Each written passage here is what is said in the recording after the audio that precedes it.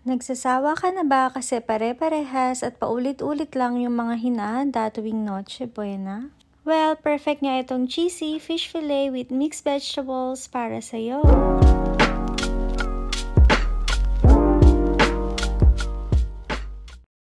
Sobrang common na nga ang mga handa tuwing Noche Buena, kaya baguhin naman natin. Meron ako dito ang cream dory fish fillet na nabili ko lang din sa SM Grocery. Kinote ko nga lang din ito ng maraming paminta at naglagay ako ng konting asin. Sigurado nga akong pwedeng-pwede itong i-add sa mga easy to cook recipes nyo. After ko nga mag-coat ito ay nilagay ko na ito sa ating all-time breading mix. Check nyo na lang sa ating mga previous videos kung paano gawin itong ating all-time favorite breading mix. I-coat lang natin itong mabuti para siguradong crispy ang ating fish fillet. After nyan ay repeat the procedure nga lang dito sa pangalawang fish fillet. Ganito nga ang itsura kapag na-coat na natin ito sa ating all-time favorite breading mix. After nga nito ay i-coat natin siya sa isang egg, then lalagyan na natin siya ng breadcrumbs. Sorry na agad kasi nung nagvi-video pala ako ay hindi naka-play, siya nga lang. Ganito nga ang itsura pagkatapos ng mga pinagsasabi ko. Nagpainit lang ako ng mantika tapos nilagay ko na itong ating fish fillet. Ilagay lang sa low heat para malutong mabuti. Ito pala yung breadcrumbs na ginamit ko. Okay na nga yung isang side kaya babaliktarin ko na itong ating cream dory fish fillet.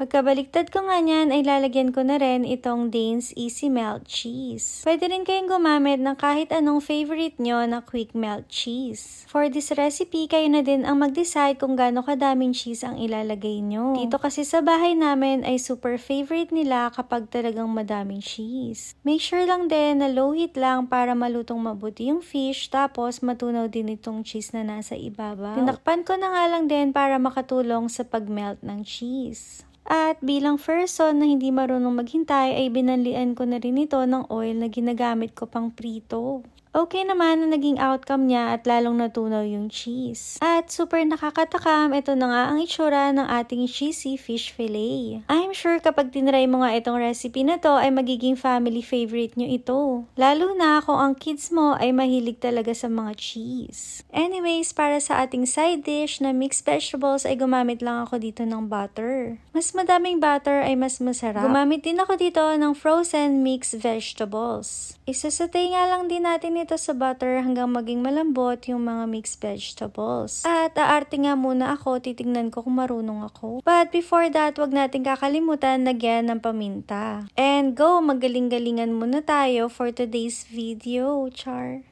Feeling ko nga matatapon lang kaya ihininto ko na din. I-mix nga lang natin ito mabuti at ready na siya para i-partner sa ating cheesy fish fillet. Super colorful nga ng ating mixed vegetables kaya bagay na bagay siya para sa ating Noche Buena. Perfect nga din ito ihanda sa mga health conscious at mga umiiwas na kumain ng baboy. Kapag nga ito ang inihanda mo ay sure ako na walang matitira. Kaya hindi mo nakakailanganin kainin yung mga natirang handa nung Pasko, char. Must try talaga itong recipe na to kahit anong okasyon. Kung nagustuhan mo nga yung recipe natin ngayon ay mag-comment ka naman ng cheesy. Ayun lang muna, bye!